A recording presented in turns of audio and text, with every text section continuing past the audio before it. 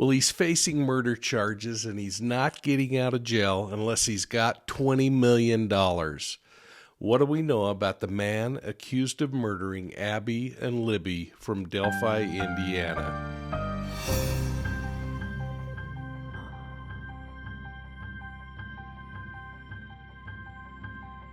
Hey, well, thanks for joining us here at Profiling Evil. I hope that you're taking time to hit that like and subscribe button, folks. And please make sure you're ringing that bell so you get all of our notifications. Well, here's what we know about the Delphi murder suspect. He's a 50-year-old white male who shocked the Delphi community when he was named as the prime suspect, charged with 2 counts of murder in the deaths of Abigail Williams and Libby German. Now, many of you were calling him a serial killer from the get-go. I'm not sure exactly how you're coming up with that. Again, this could be a guy who just became entirely enraged in a split second, made a decision based on fantasy, maybe even regretted it so much that he went into hiding and stayed down there low as he could for 5 years. Don't know. But the thing that I'm having trouble with is if he was a serial killer, I don't believe he'd go this long. So they've got to be tying other cases to him if in fact he is. Now, us speculating that he's a serial killer is kind of easy when we consider the gruesome nature that's coming out about the homicides. But again, I'm going back to the fact that I haven't seen anything, I haven't heard anything that convinces me that this guy is a serial killer. Now, he is a seriously disturbed predator. But let's just talk a little bit more about this. Here are a couple of facts to consider. This guy, we're going to name him, I guess, Richard Allen. He's been charged with 2 homicides. Now, there's no indication that he's committed any other violent crimes in the area. In fact, other than a domestic violence call back in 2015 and a couple of traffic citations, the guy's lived a pretty quiet and unassuming life. Now, we may learn more from family members, a spouse, or people close to him now that he's in jail that they may feel enough courage to come forward. And I'm saying all this at the same time I feel that kind of arm jerk reaction to remind myself, and frankly all of you, that the comments we're hearing about him are consistent with many other serial killers who are portrayed by family members and neighbors. People, when they find out that there's a killer living next door, usually say things like, "I can't believe it. He's the nicest guy in the neighborhood." Or if I'm sick, he's the first one to offer to bring me some chicken soup. Well, let's watch this video of some of the neighbors' surprise in the area where this guy was arrested. It's been a little more than a day since state police and the Carroll County prosecutor officially announced an arrest in the Delphi murders. And tonight, 24 hours later, there's still a lot of questions about the suspect in the case, Richard Allen. Right now, he's pictured here. He's behind bars and he is facing charges. 2 counts of murder for Abby Williams and Libby German. Our Karen Campbell is back in Delphi tonight. That's where she spent the day trying to learn more about him. We came back to Richard Allen's neighborhood to try and find out from neighbors more about who he was. In this Delphi neighborhood, election signs aren't the only thing decorating lawns. We saw no trespassing signs or yards roped off to keep news media away. I'm just surprised he lives so close. Everything's so shocking.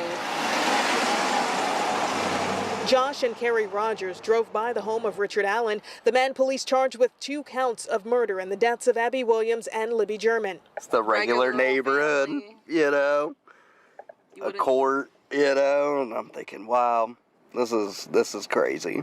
Scary things in your own backyard.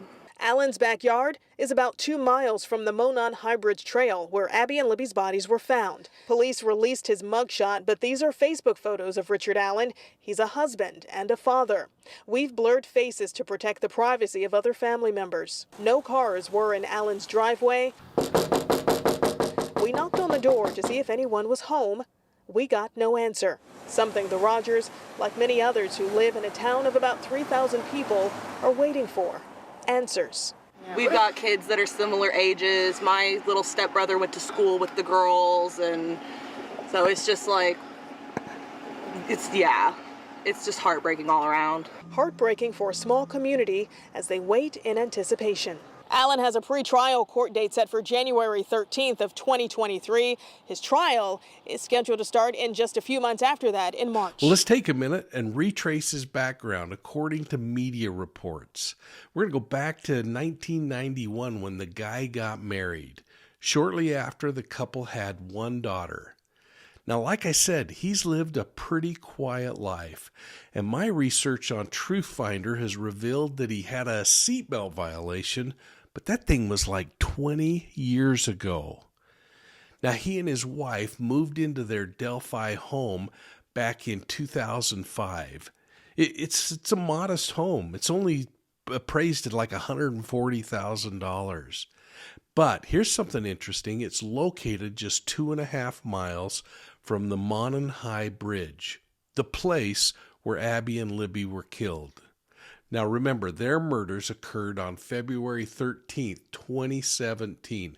So he clearly was still living in the area there, and frankly, he's been hanging out under the radar for 6 years. How on earth did he do it? Well, you know what? A year after those murders, this guy received a license to be a pharmacy tech, and he worked at that local CVS pharmacy, a place where he could come into contact with everybody in the community. I mean, how did he hide in plain sight like this? He had access to intimate details of most of the folks in town. He knew he'd looked at their driver's licenses probably when he validated that they were the right person picking up their prescriptions. He would have seen their credit cards and their credit card numbers.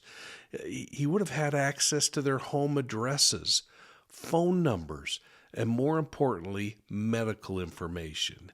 Now, before I continue talking about what we know about him, it just makes me think about the responsibility we have to keep in mind and to reduce our risk of being victimized when people get access to our personal information. In fact, I'm going to stop for just a moment and talk about this in a little bit of an advertisement. Well, hey folks, I'm pausing to share some concerns I have surrounding identity theft and fraud. I've learned a lot from our partner, Aura. They're the pros at protecting people from cyber predators. Aura provides identity theft protection, credit and fraud protection, and online and device security for you and your family.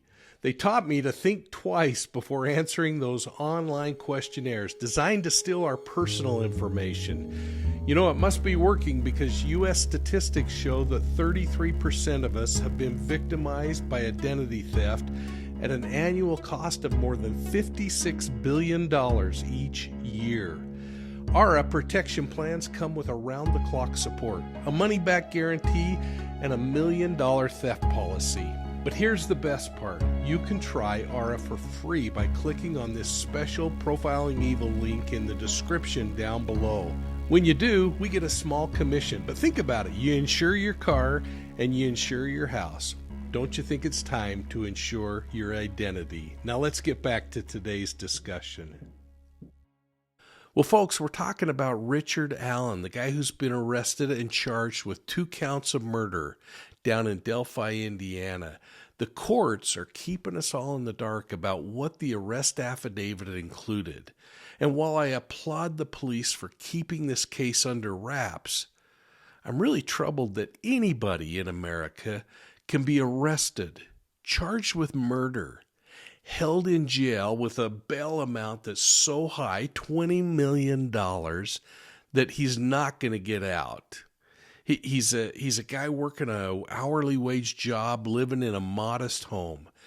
And he's been put in there all without us, the public, having access to any of the facts that convinced a judge that he should be charged with murder. I want to know what you think about this, folks. I mean, should we be giving and getting more information than we are getting? This guy's been charged. He's being held until January when his next court appearance is. And then his trial in March of 2023. I haven't heard who's representing him as an attorney, whether he's getting a public defender or he's hired one. I'm just a little troubled by all of this, and I'm wondering if we're going to see a few more people pulled into the mix for things like obstructing justice, conspiracy to commit murder, witness tampering, or maybe just evidence tampering. Now, I want to stop for a moment and watch this news report from WTHR today. I think it speaks to many of the concerns that I'm feeling, and I suspect you are too. Let's watch. Earlier this week, state police announced 50-year-old Richard Allen is in jail. He's accused of killing Abby Williams and Libby German back in 2017. But the Carroll County prosecutor asked a judge to seal all the records in the case, even though those records are supposed to be available to the public. Now, 13 News has been fighting to find out how and why details of the crime are being kept secret. And that has led to the court releasing even more information. Tonight, our senior investigative reporter Bob Siegel joins us with some new details. Bob. 13 Investigates appealed directly to the judge, the prosecutor, and to state court administrators to get answers. Just hours after we sent those emails, the court decided to publicly release more information about the arrest of Richard Allen. We now know Allen's initial bail was set at $20 million. We have an online case summary showing past and upcoming court dates. We have a case number so the public can now follow new details and events in the case. And following our questions, the court posted this notice, setting a date for a public hearing for the judge to determine whether important records in the case will remain under seal. All that information now appears on the state's public court website where anyone can see it, instead of being hidden like it has been for the past 6 days since charges were first filed. What we do not have is the detailed probable cause affidavit, which details why police believe Allen is responsible for the deaths of the 2 Delphi girls. That is supposed to be public and is still being kept under seal.